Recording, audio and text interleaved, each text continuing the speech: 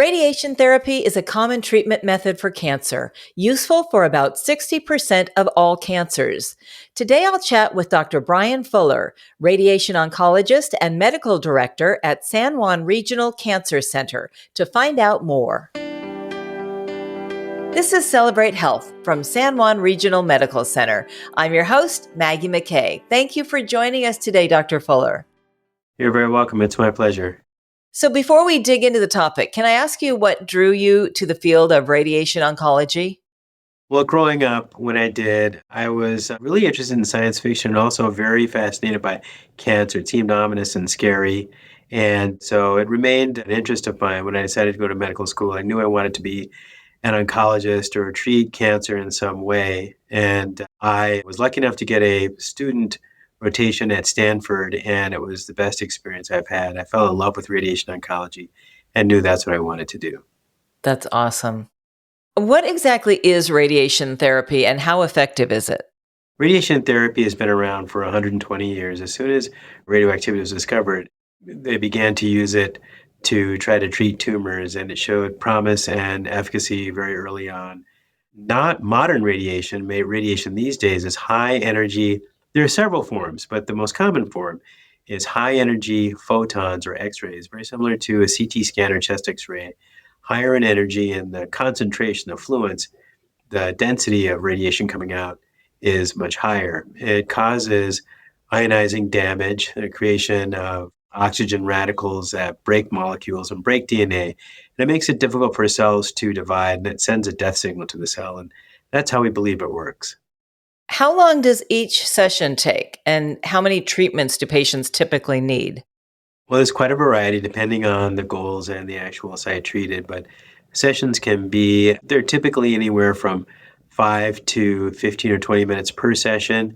And we can treat some patients with brain metastases, cancer that spread to the brain, in just a single session.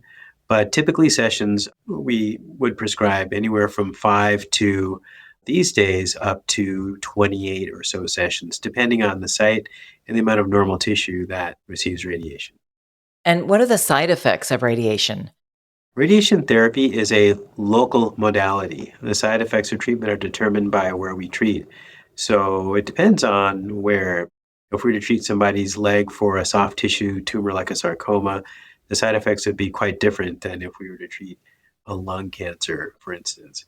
But side effects typically include things like some skin irritation, perhaps some swelling. If we're treating a mucosal site like the esophagus or the throat, maybe some difficulty swallowing or a sore throat. These are temporary side effects. Long-term side effects are relatively rare. And again, it really depends on the site that we're treating. So receiving a cancer diagnosis has got to be, understandably, so scary. What do you tell patients who are beginning their treatment journey? Well, I tell them that they're not taking the journey by themselves. I establish a relationship of trust, and I tell them to take it one day at a time. And I tell them that I'm working for them as a member of their team. And we provide education, counseling. We discuss the statistics, the risks and benefits. The statistics in particular are important. They can be confusing, and I try to discuss that with patients and make things very clear.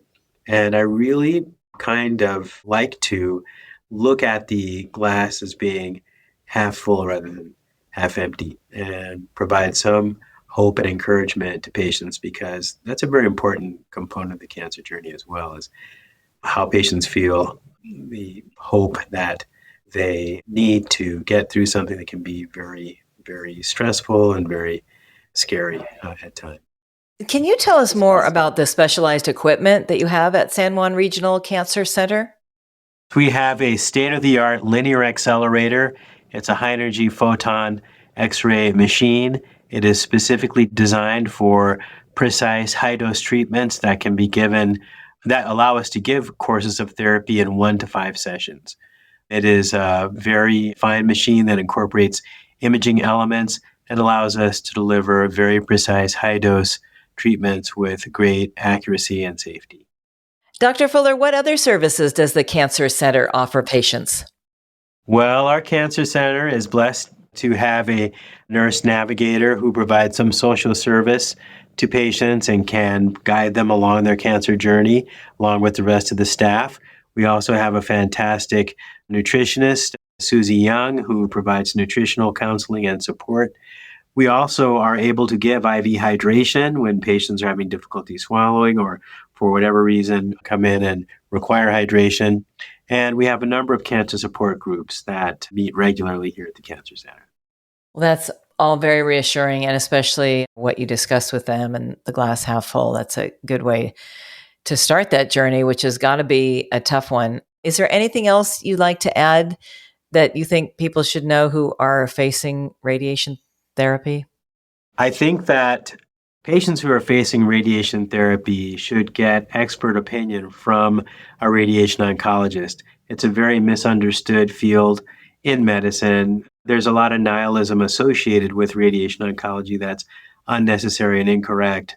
And patients who have radiation very often are receiving it with curative intent in a curative setting. It's not as devastating as sometimes it's meant out to be or it's described as. So I think that my message to patients who are going to get radiation therapy is to come and have a discussion and to believe in the power of radiation as a curative modality and to get the information from an expert such as the ones we have here in our Cancer Center. Well, thank you so much for sharing your expertise with us. It was very informative, and we appreciate your time. Well, you're quite welcome. Once again, that was Dr. Brian Fuller. And for more information on San Juan Regional Cancer Center services, you can visit sanjuanregional.com. And if you found this podcast helpful, please share it on your social channels and check out our full library of prior podcast episodes for topics of interest to you. I'm Maggie McKay, and this has been Celebrate Health from San Juan Regional Medical Center. Thanks for listening.